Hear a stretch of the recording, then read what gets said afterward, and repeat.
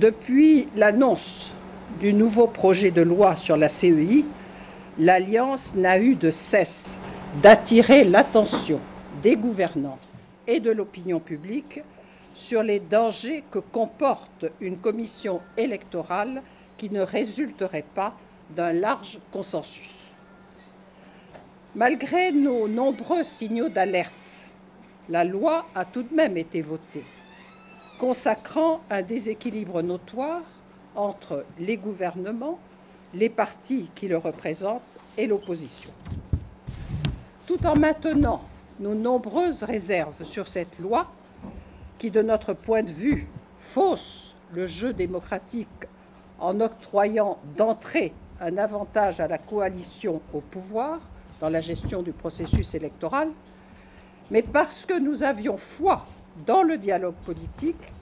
nous avons accepté cette chose-là et nous avons entamé des négociations avec le gouvernement en vue d'atténuer les quelques effets pervers de la loi. Au cours de la dernière rencontre, celle du 3 septembre avec le ministre de l'Intérieur, un accord sur l'ossature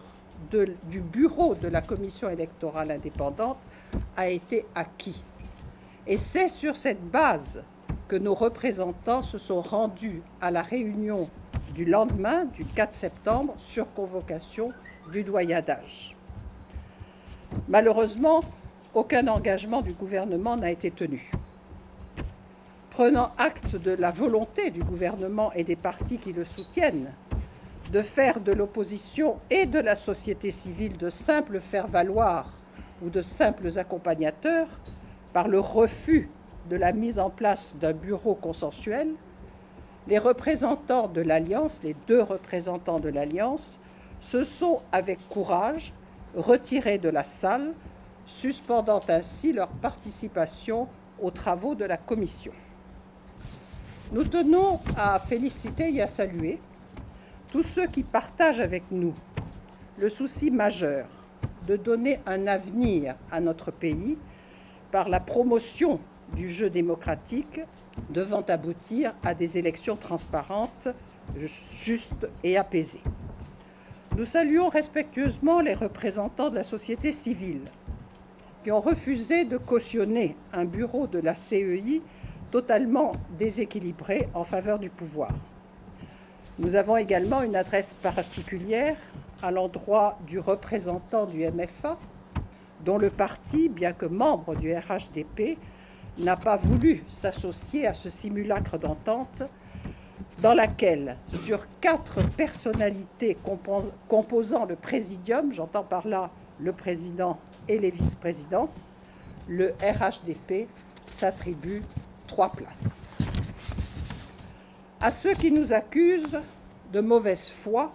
ou pire, de caprice, nous répondons que la CEI n'est pas un gâteau qui se partage pour faire plaisir ou récompenser qui que ce soit. Nous avons toujours défendu des principes pour faire évoluer cette institution vers plus de transparence, d'indépendance, de crédibilité, en réclamant le consensus comme mode de fonctionnement et de désignation du bureau. Nous avions l'espoir que se crée petit à petit un climat de confiance entre les protagonistes. Est-ce naïf de notre part que de nourrir une vision pour notre pays qui ancre le processus électoral dans des pratiques démocratiques afin de nous éviter ce que nous avons déjà connu ?